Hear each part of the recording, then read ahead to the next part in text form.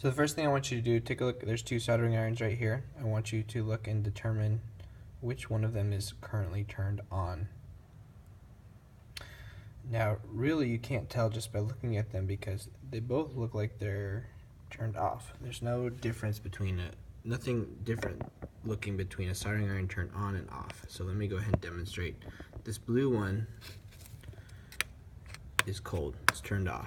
This yellow one here is turned on. You can see there's molten solder at the tip, and you can see it actually melting, causing smoke to come off of this wood here. Okay, it's actually burning the wood. Okay, and really just by looking at them, you can't tell the difference.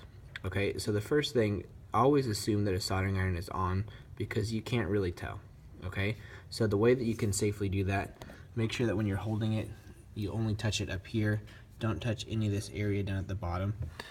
Okay, also, some soldering irons, some of the cheaper quality ones that I have, the handle towards the base will get hot, but it shouldn't be hot enough to burn you. But just be careful when you're holding it because it will be a little bit uncomfortable.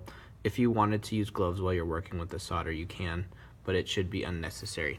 Okay, the next thing I want to show you with solder is that solder itself is toxic. Okay, so this right here is some solder wire.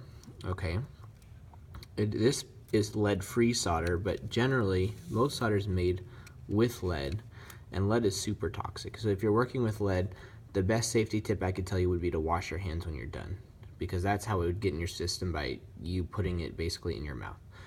Okay, and so what we're going to be working with is going to be lead-free solder, so you don't have to worry about that.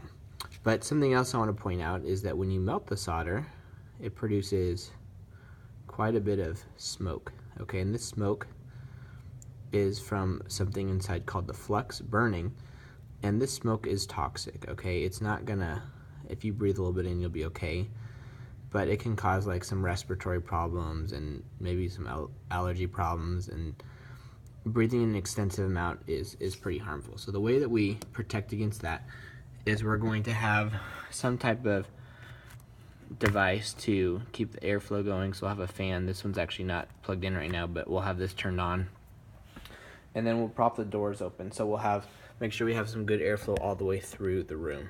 Okay, so make sure that when you're soldering, you have that good airflow so you can prevent the inhalation of that smoke. Okay, and those are really the main safety tips that I want you to take away from this.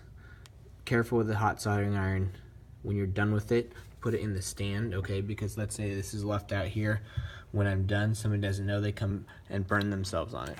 Okay, so we keep those put away, and then at the end of the day, we got to make sure to always unplug the soldering irons so that we don't leave them burning overnight or something. You could potentially start a fire that way.